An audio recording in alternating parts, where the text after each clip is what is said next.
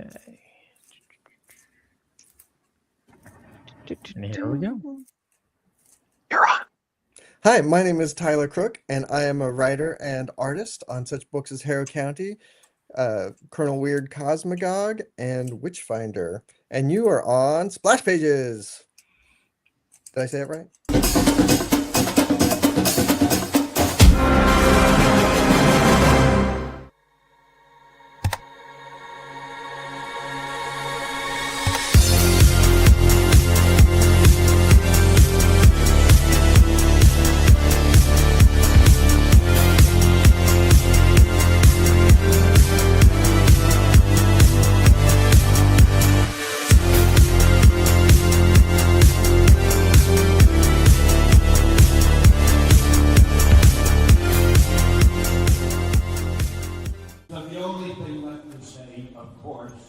Is the one obvious thing.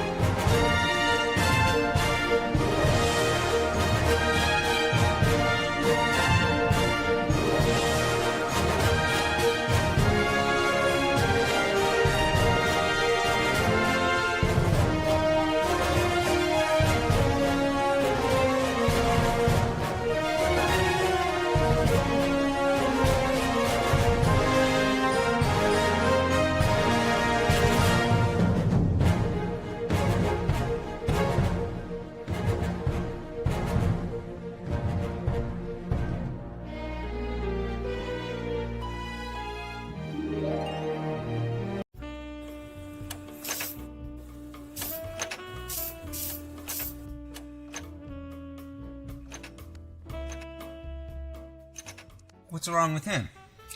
His girl just broke it off. It's her father. He doesn't want her dating a zombie. Why? What are they, demons? She is predeceased. An outsider? Mm-hmm.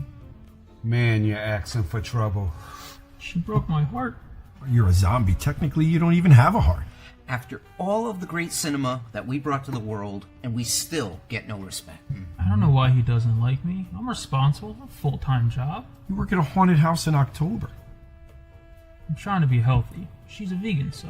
Wait, you're giving up meat? Oh, come on. What are you gonna do? Attack a farmer's market to try to impress her? Now, if he was a vampire, you'd have a much better chance with her dad. Yeah, those pretty bastards. I didn't think this would be that hard. Hard? Man, I'm a zombie and I'm black. Here we go. I blame the educational system. I blame the media. I blame George Romero. Oh. How could you be so disrespectful? Coffee? Zombies don't know much, but they do know good coffee. Deadly Grounds. It's coffee to die for, and zombie approved. Who's George Romero? They just have some coffee. Hey, happy Tuesday, everybody. You are watching Splash Pages, and you know what? We love comics so much that we gave you our own mascot. I'm now Alfred E. Newman. You know, Drew came over, he knocked out my tooth, and yeah, there we go. So yeah, without further ado, we're gonna bring it over to Carrie. How's it going? Hey, it's going great. Happy Tuesday, everybody. But skip over me for right now because I'm going to be introducing our guest tonight. So let's see how everybody else is doing. Yeah, I'm special tonight. Yeah, you are. Okay. Yes, Dar, dar. Hey, wow, I seem short. Hey, everybody. It's Tuesday, and you're on Splash Pages. I've never gotten to do a bumper. I think we should each do our own bumper. I but no spirit fingers. No, that's how it works. That's Once you awesome. do that, the show starts. Mm-hmm. But yeah, on to Mahana. MJ. Hey guys, happy Tuesday. Good to be back, guys. Favorite part of the week, of course. Really looking forward to tonight and just glad to be here, of course. Oh, thank So God. tired. Thank God that was a cat. I was like, what are you petting? I got very concerned. She was just like petting a mat. I was like, MJ, did we have a break? Did the Did you darkness forget finally? to take your meds, No, baby? no. It's all in your head, but that would mean she's a zombie. Hey everybody, it's Tuesday, and Leo lies. I did not hit him. This is like the room. I did not hit him. I did not. Oh, hi there, Carrie. Did I say hit? You used pliers. Oh, hi there, Carrie. Oh, hi there, Drew. Hi there, everybody. It's me again. Ratatosker and I are hanging out. So, Ratatosker, he's drinking his 99 espresso coffee because he's getting the jitters and excited because this is one of our favorite guests. So, rejoining us tonight, everybody, is two-time Ghastly Award winner, Bram Stoker Award winner, and multiple Eisner Award nominee. I mean, he started writing comics in 2011. Since that time, he has gifted us with the Russ Manning Promising Newcomer Award-winning Petrograd, The Sixth Gun, a large chunk of work in the Mignolaverse, Black Hammer, Eisner Award-nominated Harrow County, Lonesome Hunters, which he both wrote and drew, Out of Alcatraz, that came out recently, and so much more. He's currently working on the upcoming Archie and Hell books. Outside of his work, he has a wonderful wife, Mott, with whom he raises chickens, a glorious cat named Tibbs, who might wander on camera at some point during this interview, and cultivates a very close community with his weekly Friday night comic book cool down show and Discord server. Everyone, please welcome Mr. Tyler Crook. Hey! Wow. Hi, everybody. That's him. That man has that old supernatural razzle dazzle. That's what that is. That's what started the show. And everyone, I think we need to clarify. While it's always good to have Tyler back, I believe Carrie, he's one of your favorite guests. Oh, yes. That was not like, Drew's favorite guest. Yeah, I Drew's, mean, whoa. Nowhere near. Hey, Nowhere near. hey! I Just changed my like- shirt for you, man. Let's not even get here. I put a BPRD shirt on. Respect. Nice. Okay, so let's not. I didn't say that. I'm just saying Carrie literally hit all of the points. Like she was going to be quizzed after. She was like, "Okay, I got to get this. I got to get that. Got to get that." You know, like literally, I was like, "Did you miss anything?" I was like, "Could someone pull up the wiki?" I think she hit every point. That was a beautiful introduction. Thank you so much, Carrie. You're welcome, sir. I spend every Friday with this man and our little comic book cool down family. That's awesome. So it's a pleasure to have my families combined together here over in Splash Pages. Yeah, it's gonna be a weird Thanksgiving. Yeah. Hey, That's Mark. Hey, Mark. Yep. That's gonna be one of those hi, Mark. like. Oh, hi, Mark. Thank you, and Carrie, thank you for indulging my room reference. I do appreciate it. It's not very often that I get to just segue with some good old Tommy Wiseau. Thank you, and MJ, the fact that you caught it, I was like, knew you were one of my favorites. Jar, you get nothing. I'm sorry. It's okay, buddy. I'm elsewhere. It's okay, bud. I'm It's the here. hat. It's It is okay. the hat. You literally look like if Jimmy Olsen became the Artful Dodger. Hey, Jimmy Olsen now is like a ladies' man, so I'm taking that as a compliment. You're welcome. So Tyler, first things first, again, man, I was overlooking it. Thank you for coming back as much as you have. Like, I feel like I was talking about this with Carrie, and I was like, I feel like we need to do like SNL has a 5 timers club. We have to do like a Splash Pages like a 5 timers club. You know, like congratulations, you've joined us for 5 times. Either like a memorial spoon or something. Yeah, exactly. We got it. We'll 100% give you that nice memorial spoon, and we'll say it like the Tick would. So spoon. But go Carrie. You're leading. No, the spoon thing. I had an epic goat on Forsaken World as a pet. That's name was Spoon! Exclamation point. You would. You would. I would. I did. So it was done. Guys, if I can I kick it off? Yes, please. Drew. Okay.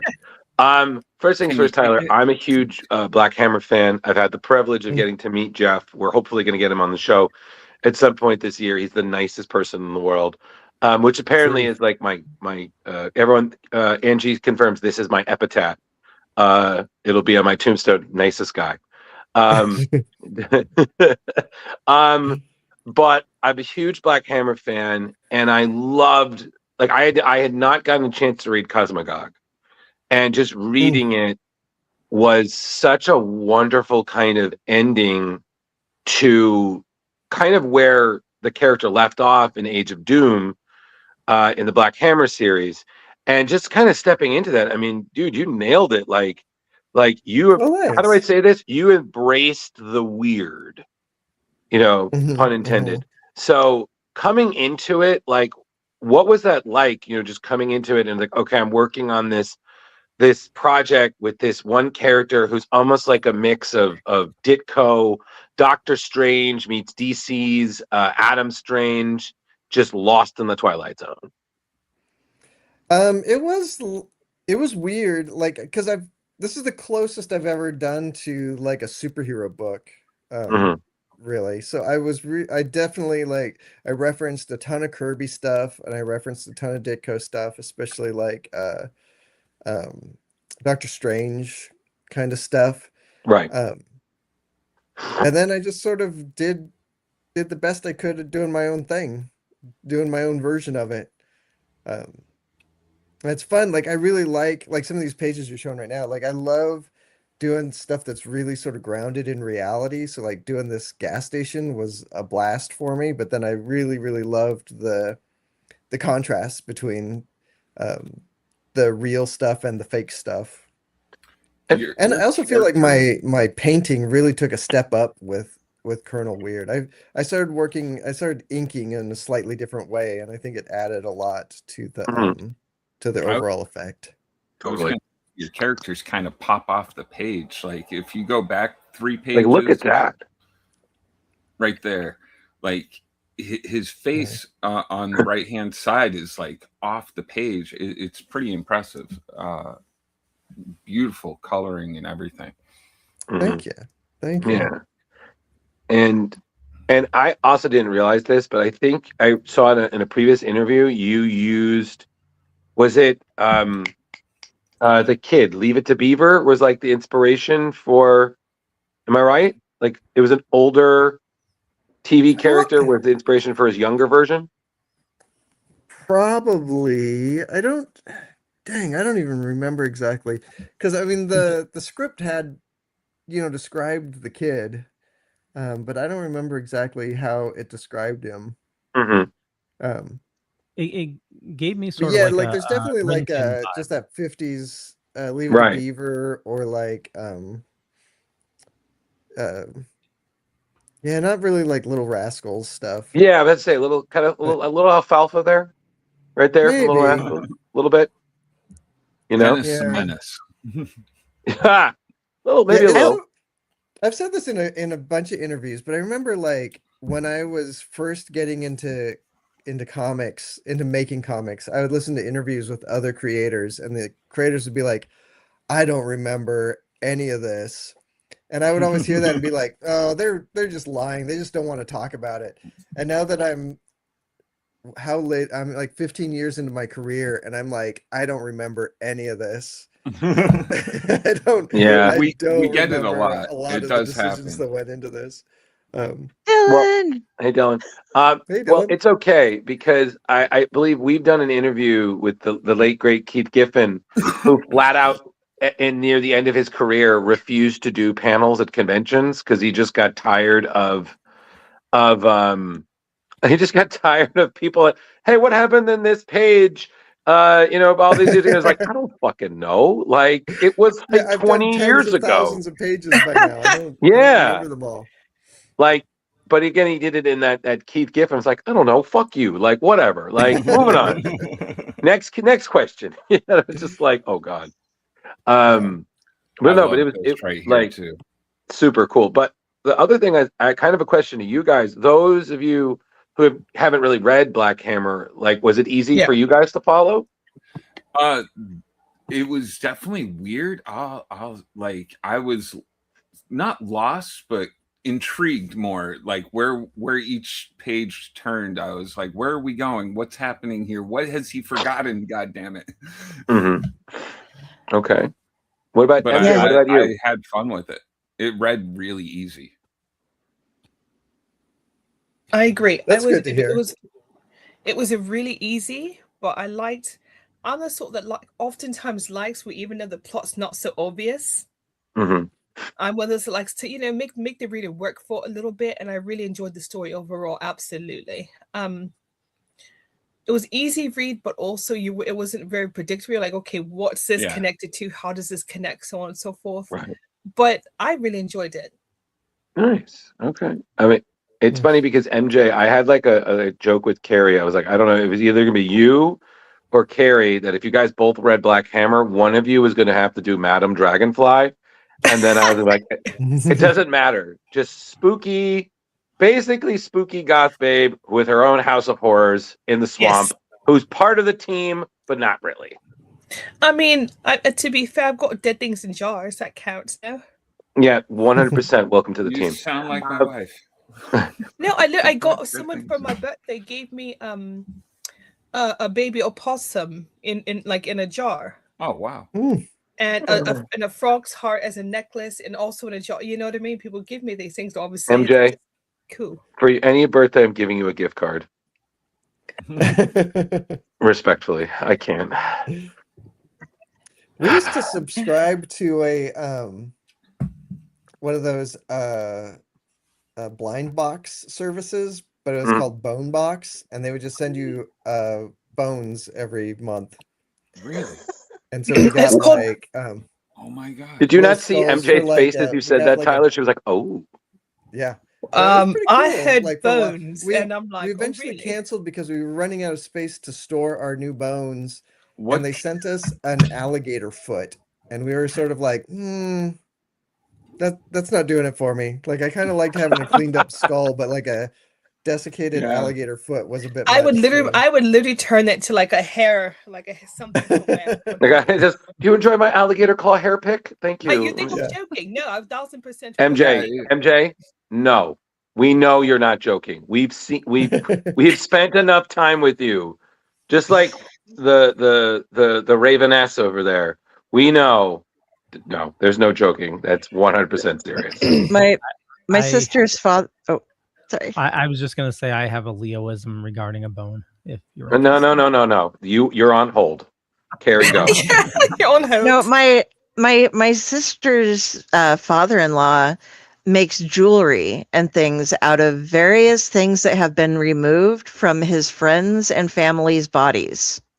So, so one year she got like hoop earrings with somebody's molars in them, and she was a good sport and wore them. I want them, but she's like, "You gave them to me. I got to deal with them." I like how you had to add "good sport" and war. So I'm trying to Google this place now. The Bone Box a month. When I was still enlisted, yeah. I had to help out. It was the coolest thing I think I've ever done. Was I got to run a retort, and a retort is when they cremate the bodies. It's called a retort. Okay. Now, everything burnt up. We all know that, right? We get that. But this person had like a hip replacement, and it was this little, and it was this beautiful. You don't realize how beautiful it looks like.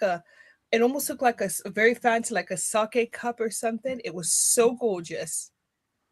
And it was really cool. And then I gave it to the family member, asked if they wanted it. And she's like, yeah, of course she took it. And she literally had it engraved. It was just very cool to see. Like, I remember running in, like a year later in the shops, and she was oh, by the way, she had a picture of this. All right. Okay. I was expecting a far worse thing. But then again, no, it was really cool. It was just one of those really cool. You don't think about it, All right, Leo, go. Okay, I'll try to make this quick. I grew up in the sticks. On a farm. Two of them. I was in one. I was roaming a field once, and I found a old bull skull. And I did like any kid would do. I brought it to school and chased the other kids with it. But I brought it home, and my mom had we lived on this long dirt road, like that nobody traveled on. And my mom had a statue of a native in the front of the house, but somebody knocked its head off. So I thought, okay, I'm going to put the skull on the head. So you got a native with a cow skull on top. Okay. My dad used to love to talk to like Jehovah's Witnesses and stuff like that. Oh, yes. So, one day, one's coming up. They drive into the driveway. They see the statue with the cow skull. They just back right up. Don't even come in. Drive away. Leo, I'm going to say this in the nicest way possible. Please write these things down, because if I can't believe it, then it means other people won't, and you could make money off of that. So, please write these down, because what the fuck, dude? Respect. Living on an acreage that had cattle on it before, we, as kids, teenagers, I guess, came across a whole buried skeleton. It was just like they just dumped it on this hill, and it was like there's a road cut into the hill. As we were going down, we're like, what's that? And so we turned it into like an archaeological excavation. We're out there like, damn, it's an entire skeleton. And we're getting close on the head, and the rest of the body was underneath. So we got the front or whatever. And my stepsister looks at it, and we're like trying to figure out, because we didn't know what it was right off the bat. Didn't realize, farmers will just bury them. And she's like, you guys, maybe it's a rhino. And we she's 51 now, and we have not stopped giving her shit for like 30 some years. It's a rhino in Nebraska? Really? Mm-hmm. Listen, it could have been worse. It basically could have been, it's a saber-toothed tiger, a woolly mammoth. Well, were there like, not to derail, but there was like some sort of rhino megafauna in North America, right? Like tens of thousands of years ago. Yeah, right? Of course. Wasn't there? Yeah, we need Emma. So your sister was only off by about 50,000 years. Yeah, about a couple 50,000 years. Just that old chestnut, So like 50,000 years. It's all right. Yeah. But we've definitely derailed here. But while we're talking about things that are buried, we often find them in marshes, and so maybe we can hop back on. I'm gonna switch over to Sir Edward Grey Witchhunter, and let's chat a little bit about that, doing some of the Mignola stuff. Because what a spectacular, spooky tale! I just need to never read it, loved it. Obviously, I mean, represent. Loved it. The style, man. I mean, I was saying this to Carrie because she's part of your community. She's like number 5 fan. She's working her way up the ranks. There were others there before her, so she's got to respect. But eventually, tribal combat will get her to number 2. But just the style was just fantastic, man. I mean, you have this very, like, I said this to Carrie. I was like, he has this way, like, it's very simplistic style.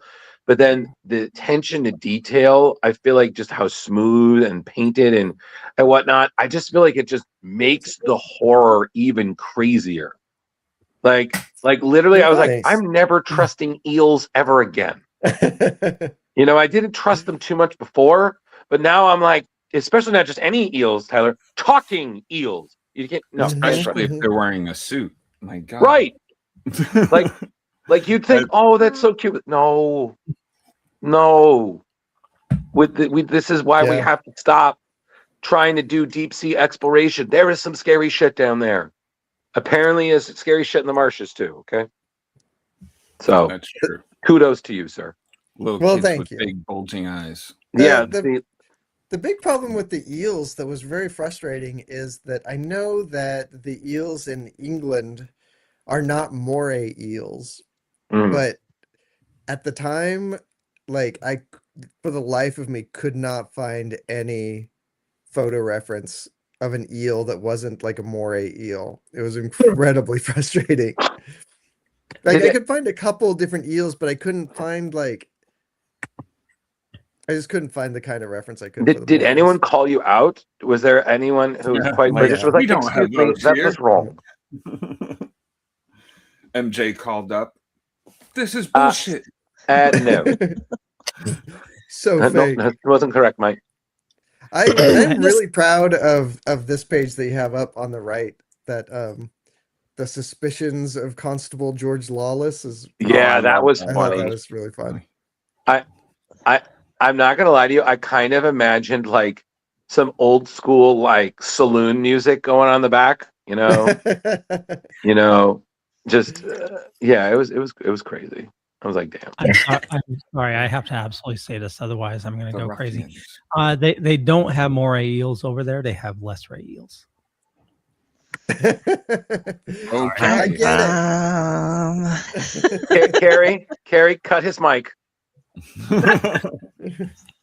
You're out, Leo. Good Lord. This was also the book that I think that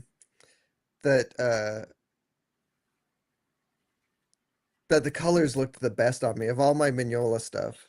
I think this one turned out the best because we were doing like a combo of ink washes and digital color, and I think it just really worked. It makes me wish that I had done that for like all my BPRD stuff. I mean, I always wonder when you're painting like this, how like a page, like how long does that take? Are you like a page a day guy, or do you keep yourself to a strict like or even do you just go, hey, if I get it done, I get it done? I am it's hard to say. Like it ends up being a little more than a page a day, but it's sort of split up by tasks. So like when I'm penciling, I try to pencil 2 pages a day, and then when I'm inking, I try to ink 2 pages a day. But so some days, like yesterday, for example, I actually managed to get done at like 4:30 and was like, okay, I get to take the rest of the day off. But that's pretty rare. Like that's such a satisfying feeling to be done early. It's so rare. Yeah, no, and it's like sometimes I'll feel bad because I'm like, I should be doing other stuff, but at the same time I'm like, well, I worked late the last 3 days, so it's okay if I knock off a little bit early today. Absolutely, Mark. These pages are amazing. Yes. I always love when I'm reading through your stuff because I'm always like, oh, and we're going to have some Prussian blue and some Payne's gray, and it's going to happen. There it is. All right. Very Bob Ross. Yeah, we're just going to add some Prussian blue there. We're just going to really bring out the feels. I really like the use of like using the washing and all that, and because of the wash and all that and the other vibrancy, it makes it pop more than if it was all super vibrant and things all over the place. I really like that we did like the slightly yellow paper look all the way across to make it look a little bit older. Yeah, I was gonna say, I think they should have extended it into the balloons though, but that's sort of a harder sell for editorial, I think. Does have that nice older look though. See, the thing I also enjoyed about the eels is that the way that you drew them, they definitely had like I think there was like a scene or two later on that I think it was during one of the flashbacks that they definitely gave me like some distant relative Ogdru Jihad kind of vibe to it. And and I was like, oh man, that's like, and I don't know if that's just again having read as much BPRD and Hellboy stuff as I have. But like I was like, yeah, that's like again, like it was oddly like, and again, I wasn't sure if I was like, am I kind of picking up on something he's putting down? Is that subtle? Or I was like, no, it's just still great. Like spooky, snake looking, evil motherfuckers. Oh, it's like sort of that, like all that Lovecraft stuff is all fish. Yeah. This did have it definitely calls back to that, and the Audrey Hammer sort of inspired by a lot of the Lovecraft stuff. Oh yeah. I just want to know what crab hurt HP so bad that he's just like, nope, all the sea is evil. Like food poisoning. Yeah, you know what? He went out to dinner one day, food poisoning. I was like, it was the calamari.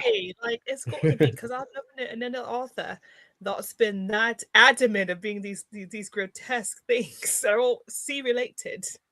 Yeah, like the man was trying to get us out of the water before Steven Spielberg ever put a single fish in it. Hey man, the Amigos in my family left it, and we have never looked back. We're just like, no, well, okay, except for the ones who joined the Navy, but but the rest of us are firmly grounded.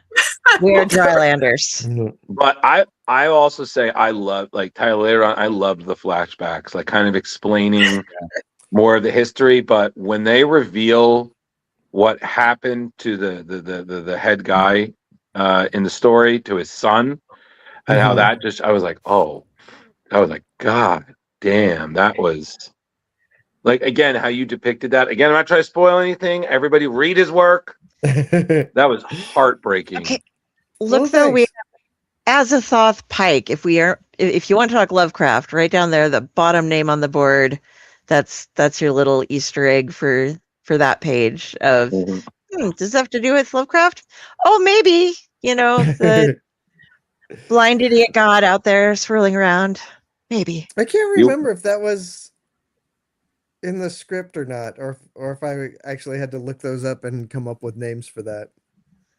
They were probably in the script. As a big Lovecraftian, I write it and stuff. I was very impressed with all of the little things with the faces of the townspeople. The infant with the black eyes that's just like watching him and stuff. Those were all amazing. Yeah. Yeah, little that kids was coming out. The writers on this, Kim Newman and I think you pronounce her name Moira. They did such a great job. Like they were just so like, I don't know, just reading the script. You're like, okay, these people are like, they live in Great Britain. Right. I think Moira's, I never actually spoke to either of them, but I think Moira's in Ireland and Kim is in England. But, far away from the madness. Yeah. But you could tell, like, there was like, Kim Newman in particular has like an encyclopedic knowledge of like horror stuff, and you could really feel it in how they put the story together and how they wrote it. It's just lovely and creepy all at once, which is the way it's supposed to flow with stuff like that. It's just you get your grotesqueness, but then you go back to these very gothic, proper people, that are doing their thing, and then you have the out in the marsh and the accents and everything involved in the way they speak to, and this little black-eyed kid over here too. It was just your art put together with it. This was just chef's kiss of a book. Oh, thank you. So how do you come up with the children with the beady eye? Is that in the script, or are you like, you know what, these kids to be more creepy? Like, because no, that's definitely in the script. Okay. I remember it describing a lot of people as being like starting to look fish-like. Because I guess you are what you eat. Well, and Leah, you might want to take it down and if you can go towards the end. There's a lot of if this is the trade paperback, there's a lot of your art as far as like how you were character design and stuff like that. Oh yeah, that we can. That's where I came up with. Weirdly, the thing with this that I loved the most is I love that Victorian layers that people dress in. I absolutely love a dude with a tall collar and a tie and a vest and a jacket and a coat. I'm like, yeah, let's go. That's the longest striptease ever. There's no such thing as a quick change, it's just yeah. And like I said, and I think the thing that I also like, the level of expression was just fantastic. Because like even in the beginning, when they're all just talking and shooting the shit, and what was that one? I was like, oh yeah, this'll work. Scottish whiskey. I'm like, oh god, of course. Like, just the humanity like you just capture the humanity so well, and that's something I definitely noticed in like Harrow County and Lonesome Hunters. Like you just got these people that are like, we're just doing the thing, just living the life, and then shit just gets weird and creepy and what? And then you have, you know, this character who's a witchfinder, who's, you know, in the employment of the queen, and he just keeps getting just the short end of the strange stick. I love how he corrects what's her name, and he's like, no, we don't burn them anymore, we hang them. Yep. And I was like, what? Well, it's always the most, like, getting the characterization right is almost always like the most important thing to me, even more important than getting the monsters right. Like, I always just want to make sure that like the emotions of the characters are coming through to like any reader who's reading it, and I want to make sure that like because the absolute worst thing in a comic to me is when something terrible happens and the artist draws the people around it sort of dead-faced, like not reacting you can't to even it. tell which character it is. Yeah. But like I always feel like the especially with like horror stuff, it's like you have to have the characters have to react in horror in order for the reader to understand like, oh, this is horrible. You know? If it's just sort of like if the characters aren't reacting appropriately, then it's sort of like, oh, I guess it's no big deal. Yeah. And I've seen you go over and like, oh, I gotta fix this hair. Oh, I gotta do this. Oh, god damn it. It's fun to see you, but you're able to fix things quite well as soon as you catch that there's something that's like, oh, maybe not. Oh, but yeah, Well, thanks. There's you put a always lot. stuff that gets through. I can't look at any of these pages now without being like, man, I wish I could redo a lot of this. But Well, weirdly, they won't pay me to redraw this book. That's bullshit. Call them up, Drew. Nope. They don't answer my phone calls either. I'm still trying to I'm still trying to get Batman, Starman, Hellboy 2. The stars are trying to kill us. Do you use human models or anything like that for reference, or yeah, okay. Big time. In fact, nowadays I didn't do it as much back when I was doing Witchfinder, but nowadays it's like when I'm penciling a page, it's usually like the first 20 minutes I'll sort of look at the pages that I'm going to pencil that day, and I sort of figure out which poses are going to give me problems, and then I shoot a bunch of photos on my phone to help me figure out how to problem solve a pose. And it ends up saving me so much time just being able to look at a photo instead of having to like just construct it out of shapes and try to make it work. Well, funny you say that, because I was speaking to someone in your community that was telling me about this fun project that you're doing, where it appears you have quite a few very notable models. Isn't that right, Miss Sanders? Oh, it's not so much notable models. It's that everybody's. If you want to take down the thing, we were talking about the comic book cool down community, and something really fun. You can find it on his Discord, by the way, and go every Friday night it's for me it's at 9 p.m. in Eastern, but we've been working together. Tyler has been drawing this really awesome comic, Space Dinosaur is what we're going with his working title so far, and but he's been listening to all of us putting in contributions, and there's a place on the Discord to put in little suggestions and ideas, and it's this beautiful coming together of a community putting together a piece of art through like our favorite artists. So that's awesome. It's been really fun. Like I didn't think I would do it more than one night, and now I think we're on like 7 weeks of working on this. And it's only, we're only working on it for like an hour a week, so we're not very far along, but it's been really fun to just sort of like, I'll be like, I don't know what the next panel will be, and we'll sort of talk it through with the chat and figure it out and come up with something that'll work, and we just keep moving. I actually went and grabbed the pages beforehand just to show. Oh, sweet. A little bit. Oh, sweet. It's not gonna like full screen it, Leo. That's cool. Oh, that's rad. Yeah, it won't focus for me, but. Oh, that is so cool, man. Look at the expression. Then this is where we're at right now. Nice. Well, the first 2 pages look great. I can only imagine the other 22. Time to kickstart. So I don't know how long we can keep it up. At some point, I'm probably going to be like, I can't work on this anymore, and we'll have to stop. But we'll see. But I think it's fun. Like, if you want to make comics, I hope that it's like,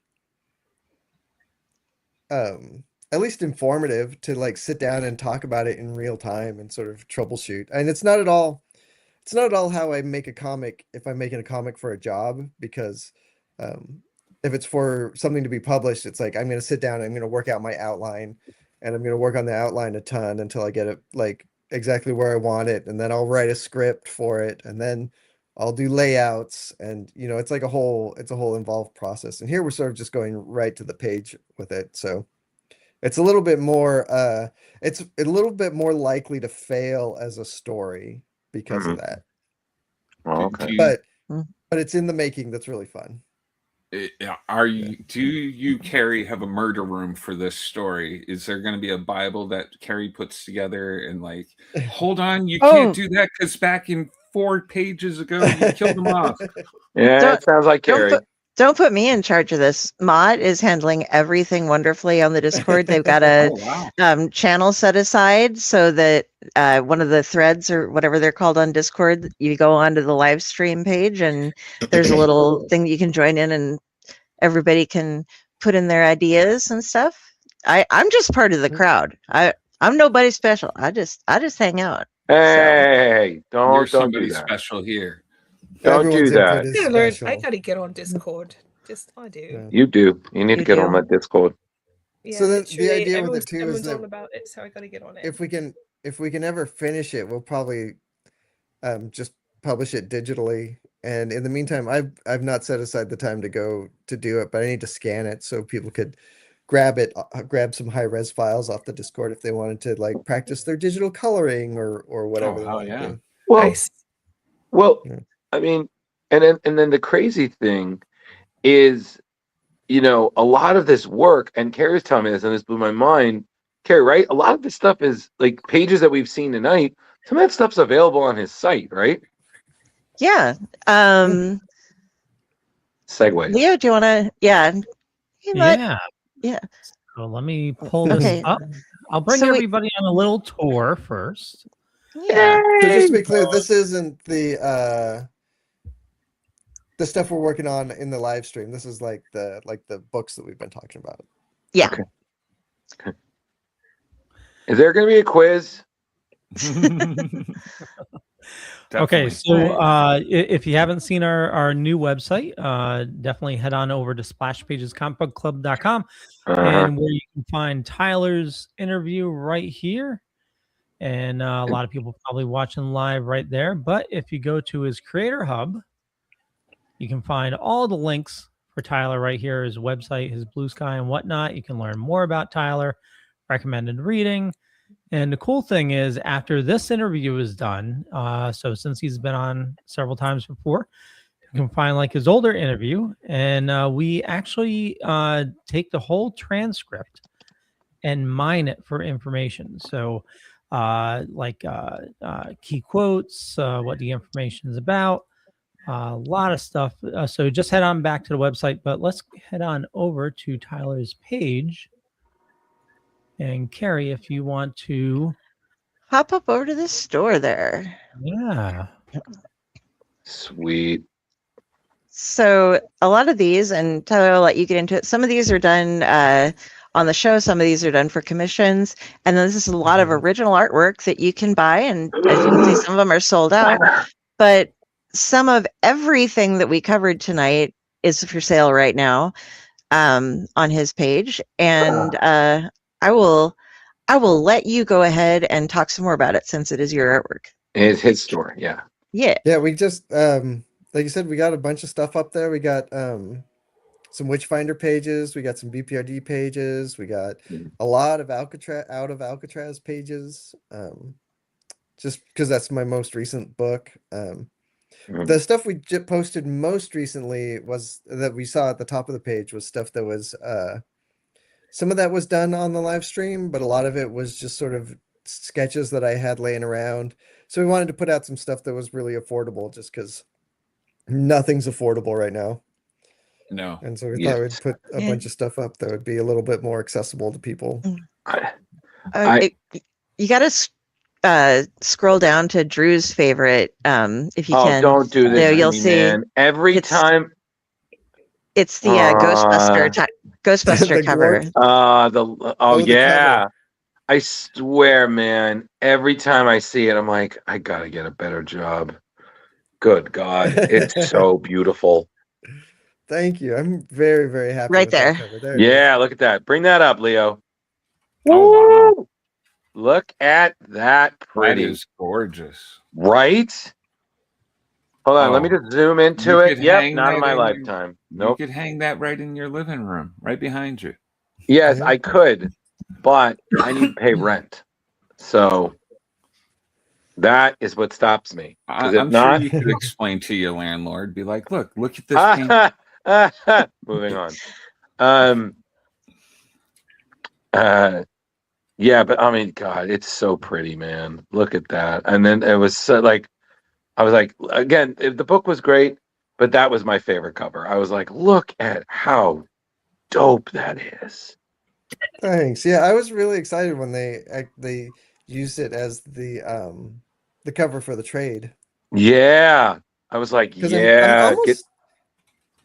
I can't even remember. It was originally a variant cover, I think, and not necessarily the A cover. Right. But so loved it. I did not expect it to go onto the trade. Well, it's because it's just so like you got you just did the classics, man. And I own enough Ghostbuster comic covers to say this. You just said enough in the it's old school. You said enough in the cover to hook somebody and be like, oh, and plus you got the ecto, so you got that nice product placement there. You got exactly what that is, and then that ship looks spooky AF. So yeah, nice. Get Thank it. you. Yeah, and as Ma was saying, you can also pick up his books in there. So if you don't know where to buy them, your local comic book shop may not have a copy of it. You could buy it directly from the source. Yeah. Yeah, and there's some stuff we have in there that I think is pretty hard to get otherwise, and we're just selling it all cover price. Yep. Shut up and take care of your money. Yeah, basically. That's very nice. You'd be like, Carrie won the lottery and gave it to Tyler Crook. Hold on. I saw a Masters of the Universe thing. Go back, Leo. I was just Go back, to Leo. point that out. I was very excited to get to do that one. It's a Masters of the Universe and Ninja Turtles. That one. Bring it up, Leo. Where it's like wow, Jar. Man Look at at Arms that, and Leo man. working on a. Is that Leo? Who's the purple? Yeah, Leo's purple, right? Yeah, they're working on the old attack track. Mm-hmm. That is so dope. That is incredible. Yeah, if you zoom in, look at the detail on that.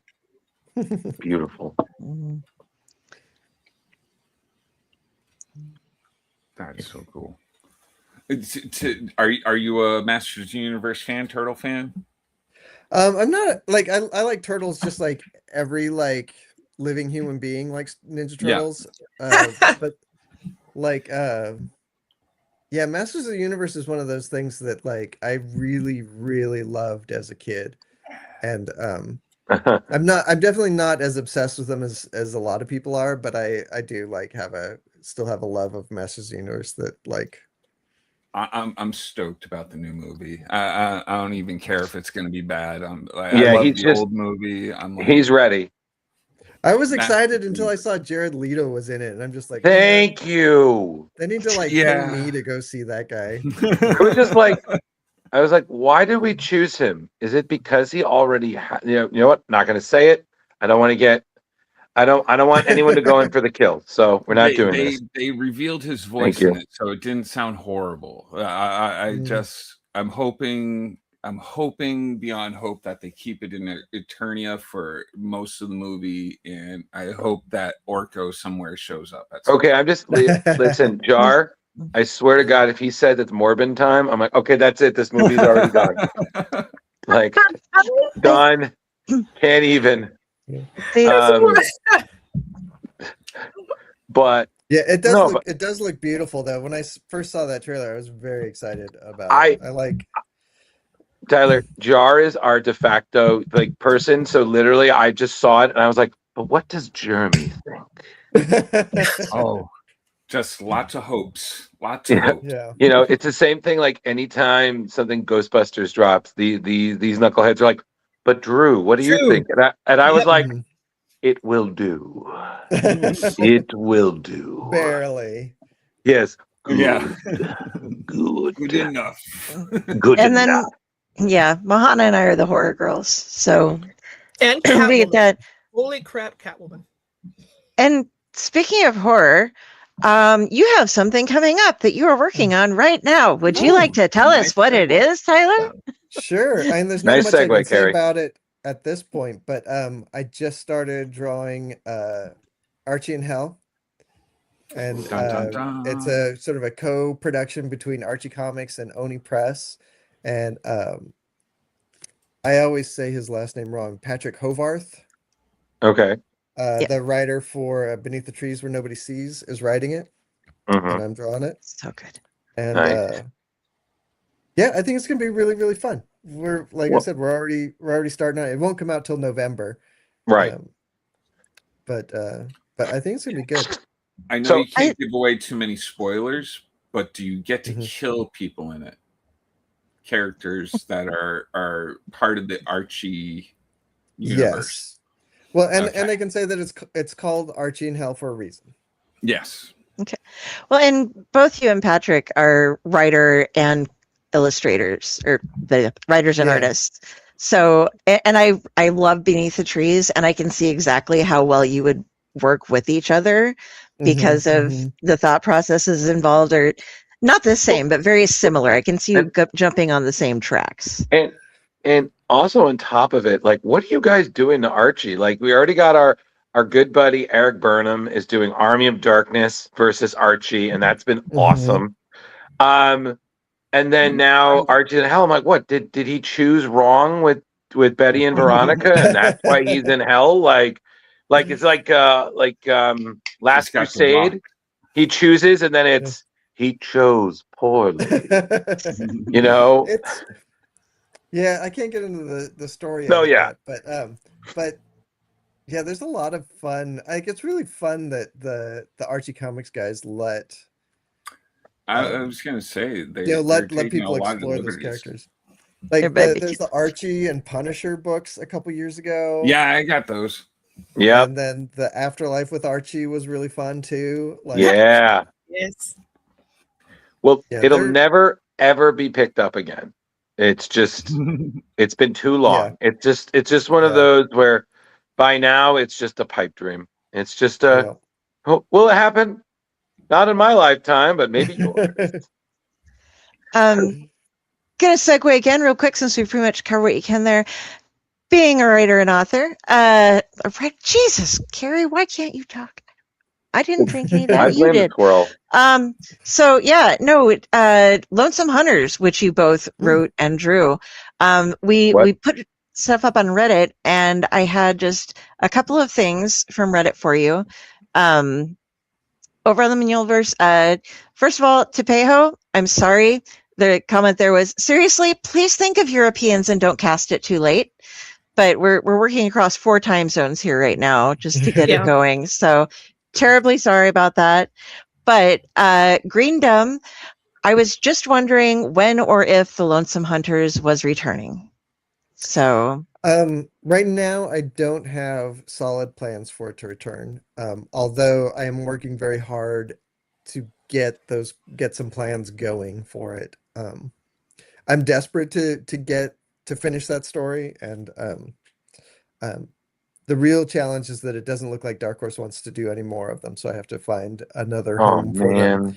And then that also means like I have to figure out how to approach sort of a relaunch or like what it's going to be. So the bad news is that there's nothing concrete to say yet, but the good news is it is something that I'm very hopeful that I can finish eventually. But I think it's probably going to be a couple more years before I can actually get back to it. Okay, Yeah. so We'll be keep your here. hopes Bad up. news, bad news. Just be patient. You know, Let them patient. hunt. Would webtoon Yeah. work? What I see, I don't know enough about, like, I don't read enough webtoons to feel like I could do that effectively. Like it's because it is a very different kind of comic book storytelling medium. Yeah. See, The Infinite Scroll is different. See, here's what I want. I would love if I see like, oh, there's a Ghostbuster comic. It's Tyler Crook. I'm like, oh shit, this is gonna be terrifying. And I've already figured that the one character who I feel I would love to see you draw, because it would just be stupefying, is if you did the real Ghostbusters version of the Boogeyman. Just, you know, I don't know. him. Again, just big, scary, terrifying, voiced by Frank Welker, just nightmare fuel. So, point is, you would love this. So, like literally, but one of those, like, well, I'm not going to sleep now because Tyler just stoked that trauma. So, okay, cool. So we're gonna do the Freddy rules. So a lot of coffee, no sleep, a lot of coffee. But I mean, that would be rad. I mean, again, you got to do the cover, which was just dope as hell. But man, if there's ever more Ghostbuster work, I'd be like, I know him. He was been on my show. And I know this guy. Carrie knows him. She's on every Friday. Yeah. You know. Yeah, I know that Kyle Starks ran into the same thing with Dark Horse with Where Monsters Live, or is it Lie or Live, Drew? Lie. I just got it, but so he was able to kickstart, but it was only 4 issues that he was doing, you know, so it was easy to get through. And the PDF version just came out for those of you that sponsor that Kickstarter. Check your messages; that'll be coming up. But I'm assuming with Lonesome Hunters, you want to do a little bit more than just 4 issues. I could do it in 4 issues, but it would probably feel so abbreviated to be like really disappointing. Like I feel like, yeah, I definitely would like to do do a lot more than that. Like the outline that I had for it was going to be basically 6 trades. Wow. And we've gotten 2 in, so like we're not halfway through with that story yet. Yes, we will certainly wait so that we can get the full story rather than getting the and here you go.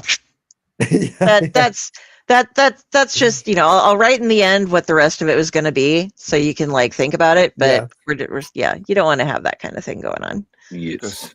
Don't Game of Thrones me. You know, leave out the last book for the rest of my life. Or don't Lord of the Rings, where you got the multiple endings, like one ending, Tyler, not 7 different endings. Choose your own adventure. Do different endings? Listen, you could do the Clue, man. You could do the Clue version. I was like, all right, well, this book, that's how that ends. This book, that's how it ends. Look, Tim Curry. That's a great movie. Oh, look, Tim Curry. You know, I have a conspiracy theory about George R.R. Martin. Oh no. That he finished a book already, and it won't be released until he dies, so he doesn't have to get any criticism about it. That would be the ultimate. I don't care. That would be the ultimate twist. Even Shyamalan would be like, "Don't Roseanne it." There you go. Yes. Don't. No. Take that one step further. Don't Saint Elsewhere it. It was all a dream. The only good one of those was the Bob Newhart show. Yeah, love that one. Yes, that was fantastic. They had to sneak her on set, and nobody knew she was there until the very thing. Like she's like hiding out. That's incredible. So that reaction was genuine. It was hilarious. Yeah, everybody was just like, "Oh my god!" And then they it was all a dream. Yeah. Then they did that same thing for Breaking Bad. I didn't watch the last. No, Carrie. The point of Lost is if you answer something, you get 3 more questions. So no matter what, you're just like, bring it up. What? Yeah. I just wanted to know what the fuck was this island about. I figured it out, but I'm like, I figured out kind of early on. But they're all dead. Yeah, Oh, I figured okay. out fairly early on. Silent during his writing table. it, Drew. This is like it's like Family Guy when it's It's like almost like a purgatory. I feel like that. it's like Jar. It's like Family Guy. You know that skit where Brian accuses Peter of retaping over the ending of movies. Oh yeah. Rosebud. It was his sled. It was his sled. I saved you two hours. You're welcome. You know, out of this there was conversation, if anyone heard this without context, you're talking about, I'm going on about purgatory. Jews over there on about it was a sled. And people like this absurd conversation. Okay, MJ, this is called ADD. ADD. My God. Tyler had Did something you guys though. ever see that? There was a thing on social media a couple years ago where somebody had edited the end of Toy Story. I think it was Toy Story 3. The one, like the movie where they were like going to go into the incinerator. Yeah. And somebody had done an edit where it ended, where they were like about to fall in the incinerator and then it faded to black and then the credits came up. And then that was the movie that they watched with their parents. And their mom like lost their shit over it. They were like, oh my, this can't be the end. That was, of course, because it wasn't, but no, I know, but it made for a very poignant end. Good. My aunt, when she was in elementary school, and back when they called it elementary school, they read Charlotte's Web live in class. You know, well, obviously live, but then they had the show. And the teacher didn't tell the correct ending to the book. So my grandma got to deal with her daughter having like an emotional breakdown at home because the teacher lied to her, and she watched the movie and was just like, oh my God. Oh my God. So she totally Phoebe'd it. Okay, I was just about to say that. I was just the episode of she had never, Phoebe had never seen the ending of Old Yeller because her mom did the same. Her mom would always turn it off, to have they go and whatnot. So Phoebe had no idea how Old Yeller ends. Oh my gosh. Then she watches all these other things, which Charlotte Webb is included in there. Just like, and Charlotte dies at the end? Yes. Yeah, I was so nuts. Yeah, that's what it kicked off that whole little rabbit hole thing. Like, oh yeah, they mentioned Charlotte's Web in that, and I'm like, come on, guys, that's hilarious. Like, absolutely. Kids movies are fucking brutal. Yeah. So, absolutely.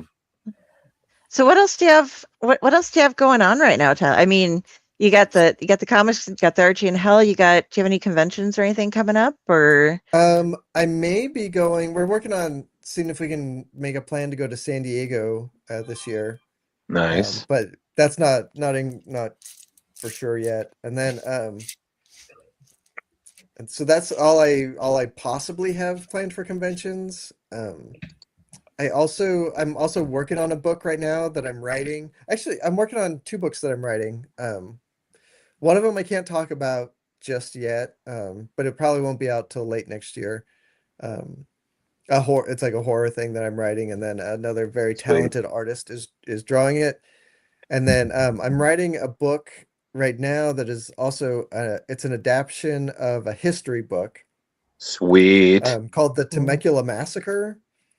And it's basically just a graphic novel adaptation of, like I said, a history book that's an account of the massacre of a group of Temecula Indians that occurred during the Mexican-American War in the 1840s. Oh shit! And it's very, very interesting. I grew up in Temecula in my like my teen years was spent there, and a very good friend of mine works for the Pechanga Indian tribe there in Temecula, or I guess it's the Pechanga Band of Indians, right? And they and she's a historian for him, and so she actually wrote the book, and so I got in. She reached out to me and was like, "Do you want to do this?" And I was like, "Yeah." And, yeah. And Jeff McCumsey is the artist on that, and he's doing an incredible job. Oh, nice. And we don't have a very good plan for when that's coming out, but hopefully that will be available to everybody when it does come out. Dylan would like to know with the horror, Is it a Godzilla horror? Godzilla horror. No. We force this man. Well, we don't force him. He is kind enough to bend to our. Would you make another dinosaur? Would you please draw Godzilla? Can we have another dinosaur? You know what would be really cool in that picture? A dinosaur. Godzilla. That happens a lot on the live stream. I pop in and I'm like, because my one rule with the live stream is that it has to be low effort for me. Like I can't, because it's called the comic book cool down for a reason. It's like for me to like cool down at the end of the week, hang out with friends, and like just draw something for fun. And so like if it ends up being too much work on the front end, like it wouldn't be a cool down anymore. So it's so half the time I show up, turn on the live stream camera, and like I don't know what to draw tonight, and 90% of the time it's like dinosaur. You know what? So we've been drawing a lot of dinosaurs. See, Tyler, that's What about a point. reptar? Have you done a reptar? Yeah, there you go. Reptar. You could draw a dinosaur with frickin' laser beams on it. Okay. Well, I did do a Godzilla not long ago, but he was the. I don't know if you guys have ever seen this, but there was a really cool ad campaign for Xerox that had Godzilla in it, and it was like Godzilla making copies. Yeah. So I did a version of that Godzilla, like getting coffee in the break room. I have a picture of that somewhere. I saved it, but I can't find it. Mondays. You have it on the thing? his mug actually said, "I Godzilla footprint Tokyo." Oh, oh my god! Pretty good idea. Nicely done. Toho approves. I would be in your cool down every week, just being like Jar Jar Binks as He-Man, Jar Jar Binks as this, Jar Jar Binks as this. I would just that would be bad too. Yeah. I would just throw out ghosts. I'm like, low effort. Draw Carrie as a ghost. A lot of hair. A lot of wisps. A lot of hair. A lot of hair. A lot of wisps. You know, then you throw out those obscure characters like, you know, Will-O-Wisp from Spider-Man. Who is that? I don't know. I'm looking it up. You know? So I actually did have one question for you, Tyler. So in terms of, is there any project like that idea, like if any publisher was like, oh, you like, okay, you can do this, or you pitch to, like, is there like the dream project that if they said you could do this, you'd be like, whatever I'm doing is on hold. This is my life now. Like honey, tend the chickens. I'll be in the basement. I don't know if there is a project like that. Like I do definitely like I have Lonesome Hunters is something that I care very deeply about, that like I would go to great lengths to make that book happen. I have some other like pitches that I've put together that I'm very excited about trying to get done in the coming years. But there's not, like, I guess the closest, if they came to me and asked me to do a Swamp Thing book, I would put that on the calendar. Do it. And the same is true for Commandy. Like if I could do a Commandy book. Commandy, last boy on Earth. Yeah. Oh, I found I'd copy pasted this off of your live stream to show to them. Yeah. That's so good. It's glorious. He's like, absolutely, like, please, Carl, don't talk to me until I've had my coffee. That looks like that was me this morning. Really and truly, it was bad. Yeah, I'm sorry, MJ. You need that on, like, Tyler. You need to make that a shirt. Like people would buy that, and by people, I mean the goth in the corner over there. I work with MJ. The elderly and dementia people, and my fun T-shirts go over really well. They respond really well to them.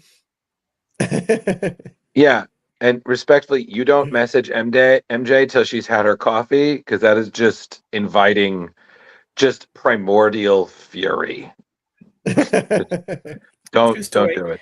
Not to brag or anything, but at least 6 people have described me as terrifying. Yes, not bragging at all. Thank you, MJ. Something we have in common.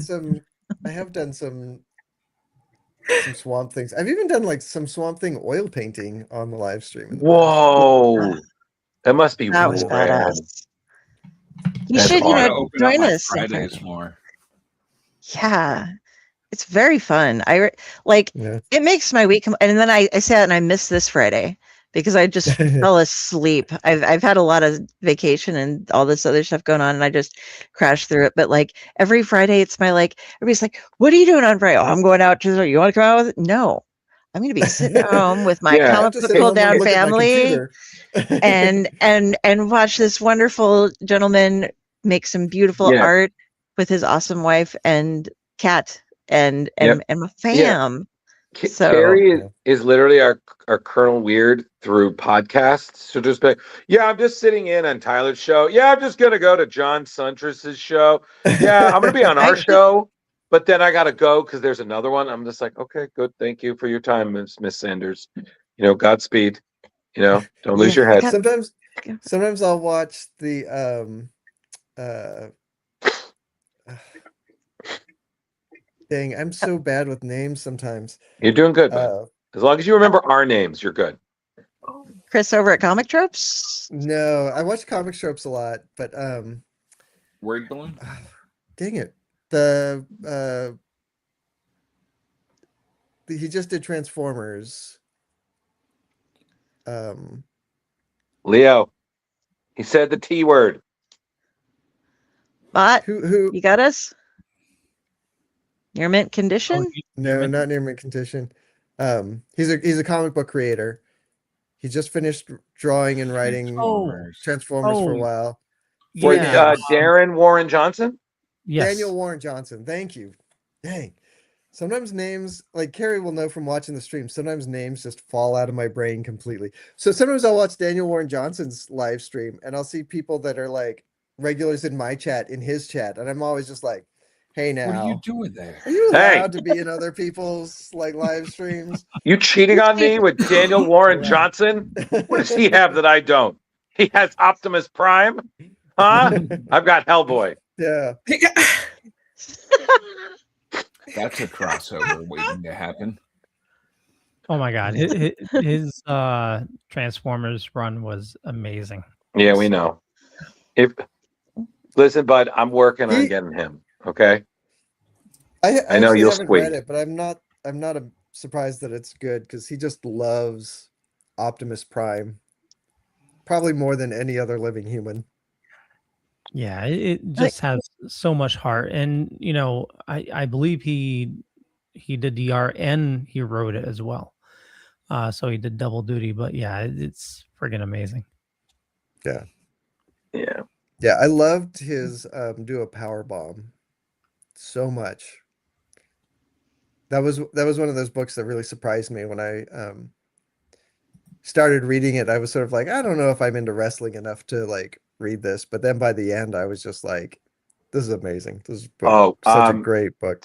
Speaking of two things. One, for Daniel Warren Johnson, The Moon is Trying to Kill Us is a fantastic book that he did with Riley Rossmo.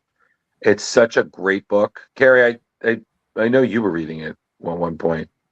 Because I know that was like they were both drawing those, right? And like he was writing it. Riley was the artist, but I'm fairly certain there. And then, oh God, I just had something and it's gone. God damn it!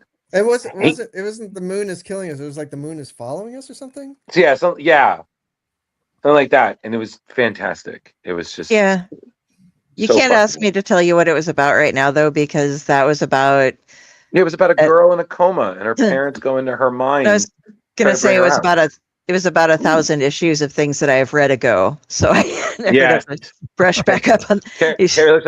That was a long time ago. I was going to mention this earlier when we were talking about Hell, but I don't know if any of you watch Invincible. Yes. No spoilers. Well, all I'm going to say is Robert Kirkman wrote an original story for Invincible that wasn't in the books for the Hell episode, Invincible in Hell. Yeah, cool. It's definitely a different take on Hell, and yeah, it was really well done. Well, listen, Kirkman's a great writer. He just yeah. Okay. So back, I wanted to bring up, just because we have to mention it, I didn't carry it out of my closet today because I didn't want to injure myself, but the giant Harrow County shield of truth that I can hide behind or beat someone to death with. It's a multi-purpose. If you can pick it up. Yeah. They did that one, and then they released the one without the slipcase, which I was like, okay, interesting order. But are we still, like, everybody's going to constantly be asking, so I'm just asking on behalf of everyone, is there still more Harrow County left to come? We do have Colin on next week, I believe, and so we're going to be asking him as well. But am I going to be able to add to my arsenal eventually, or nothing that I can talk about yet? But, okay. Nothing that he can talk. Oh, I could say that I'm not going to be drawing any more Harrow County. In the foreseeable future, like there may be more tales of Harrow County, stuff like that. But again, there's nothing concrete. It's something that comes up regularly though that we're trying to figure out. Okay. And if I ship that massive thing to you, will you sign it? I will sign it. But oh man, there's got to be an easier way. Yeah, there's got to Carrie, you're going to pay a lot of money. Well, I mean, I could just fly to Oregon. It might be cheaper. Yeah, it probably would be. Yeah, because Carrie, that, like I said, that's a god killer right there. That's a hate killer right there. You know what I mean? Yeah. Colin's face when I carried that into Planet Comic Con KC, and I have this back case, and that's all that was in it. My back, I'm just sweating, and I get there, and he's like, "Are you okay?" I'm like, "Oh, hold on." Thump. And he's like, "You brought that?" I didn't. And then he ends up he comes to Omaha to do stuff. I'm like, I didn't have to carry this all the way through. Joy. I've done things like that before, honestly. It's just such a fun book. So yeah, love everything. I've signed a couple of those at signings that people have carried there, and it always is very, very impressive, because I would not carry that book out of my house ever again. Nope. You got to be very careful. It has to come on carry-on with you on the plane as well, because you don't trust it to not get dinged up and lug it. Like, you can pack everything else, but you can't actually, unless you put 10 tons of bubble wrap around it, ensure that doesn't going to get damaged. And then, Carrie, you break the tray on the airplane because it's so goddamn heavy. So literally, you just only if you're trying to read it on the plane. Man, if the person next to me on an airplane pulled that book out, I would tell them to please put that away. Yeah, it's too big. We ain't got the elbow space for that. That's one of those. No. Yeah, I'd be calling the stewardess over and being like, "You need to handle this person." Yeah, this guy thinks he's a reader. Yeah, this is a Necronomicon situation. You got to tell him to put it away. He made me hold the skinned boy picture while I was Yeah, it's Carrie. That's one of those things that you do this, you do it, and you're like, "Oh, this is that," and I'm like, "Yes, Carrie, but what will the normies think when they see that?" You know, they're like, and then you're like, "I don't care," and I'm like, "Yes, but what will the authorities think?" Says the man who has had somebody sign over 100 comic books at a time. I just asked for one signature. You know what? Which I'm not on trial here. You know what? I'm not on trial here. Okay, and we're wrapping up with Tyler. Don't embarrass me. Don't talk to me like this. Put that squirrel away. Jar, you're letting this happen. Leo, MJ, you're good. Okay. So whatever. So, guys, I think we should definitely start wrapping it up. So, do you guys have any other questions for our lovely guests? Ooh. Anybody out there in comment land? Do you have anything you'd like to ask Tyler? If you don't want to just wait until Friday. Ground control, it's Tyler Crook. So Tyler, when you're after your cool down on Fridays, what do you do on the weekends? What do you dork out about besides chickens? Well, chickens the last long period, it feels like every weekend I'm working. I'm almost out of that phase though. I think as soon as I sort of get into the flow of Archie and Hell, I think I'll finally be working.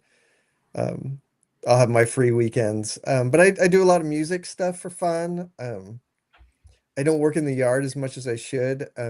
I live next door to my parents, and my dad loves to work in the yard, so I sort of just let him do that. Him and Ma do that a lot. Yeah, I usually, like, when I have time off, if I'll goof around with music a lot, or I just sort of like fall on the couch and that's it. You got nothing wrong with big that. punk fan here. Oh, Stefan would like to know, is that an LL Bean shirt? Sure. I don't think so. My sister gave this to me recently, but I don't remember what brand it is. This we won't ask you to strip. Gift. God damn it. Yeah, Take it's not it that off, kind look of at the tag. It's not Splash Pages After Dark. Yes. He's not Dean Haspiel. Who strips all the time. But yeah, no, I've learned so to keep you're my just clothes like, on in okay. interviews. Yeah. Right. Yeah. Okay. Carrie, do you want to sign us off? Well, we can let Leo do it. We'll do it the normal way, but okay. Start with Tyler and see like where. Yeah, totally. Yeah. So, Tyler, where do you like people interacting with you on the socials? I'm on Blue Sky, and I have my YouTube channel where I do my live stream, and that's really it. I still have an Instagram account, but I don't check it often enough for it to be like worthwhile. Yeah, that's kind of it. And you can sign up for my newsletter too through my website at mrcrook.com. And then you can hear about when I have new original art up for sale or when I have new books coming out. Nice. Are you doing that newsletter through Substack or something else? No, it's just through my website. It's just through Squarespace. Okay. Awesome. Well, I want to thank everybody for watching this fine evening. Definitely go to our website, splashpagescompageclub.com. You can find all the information for Tyler there, including his link to his website, YouTube, Blue Sky, and whatnot. And we'll kick it on over to MJ. Hi, guys. Yeah, so I can be found. Easiest place to find me is Instagram at the Cheery Goth, CHEERY Goth. And you'll be finding some more of my cosplay things, my shenanigans, and the conventions I'm being heading to. Like next week, I'll be at Pine State Expo. Awesome. Jar Jar. Hey, everybody, come join me on Twitch as I try to take over the world on Fortnite. Yes. That's about it. Or Diablo. Yes. Diablo 4. Yeah. Game is great. That's it. That's all I got. Gary. Hey, yeah, Dylan. Well, try him on a Friday. Maybe he'll be loosened up a little bit then. And we love you too. No, if you want to find me, guys, I have all the things, but I don't use any of them except for Facebook, really. I just follow other people on the other stuff. So go to Facebook, Carrie Sanders. It has links to my author page on Amazon, which is the evil place. I know everything that it's like. I'm on Facebook, which is evil. I go to Amazon, which is bad and stuff. But that's where you find me because I don't give a shit. I'm old and I can't adapt to this newfangled technology. But if you see a judgmental crow, you have found me, and that is how you can reach me. Awesome. Mr. Drew. Evil. Sorry, I couldn't help it. Hey, everybody. Thank you so much for joining us on Splash Pages. If you haven't already, scratch that itch of how you can follow us. Make sure you like and subscribe like and subscribe our YouTube, where we post all our links, all of our vids, everything. Because we've got a lot going on. We're already starting to plan out the second part of our year. while still wrapping up our current year. Thank you, Dylan. We have a lot of great guests still planned for the rest of the month and going into May. For instance, we have next week, we have returning again, just like our guest tonight, his collaborator from Harrow County, the great Cullen Bunn, is going to be joining us again. We're going to be talking about a lot of his new stuff. It's going to be awesome. Can't wait. And if you need to get in touch with me, I said it once, I'll say it again. There are quite a few ways. So Facebook, Instagram, Ghostbusterman 1984, Blue Sky. I'm sure there's others.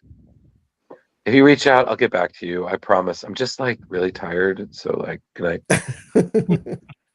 With that, we'll catch you later. Bye. Bye, everybody.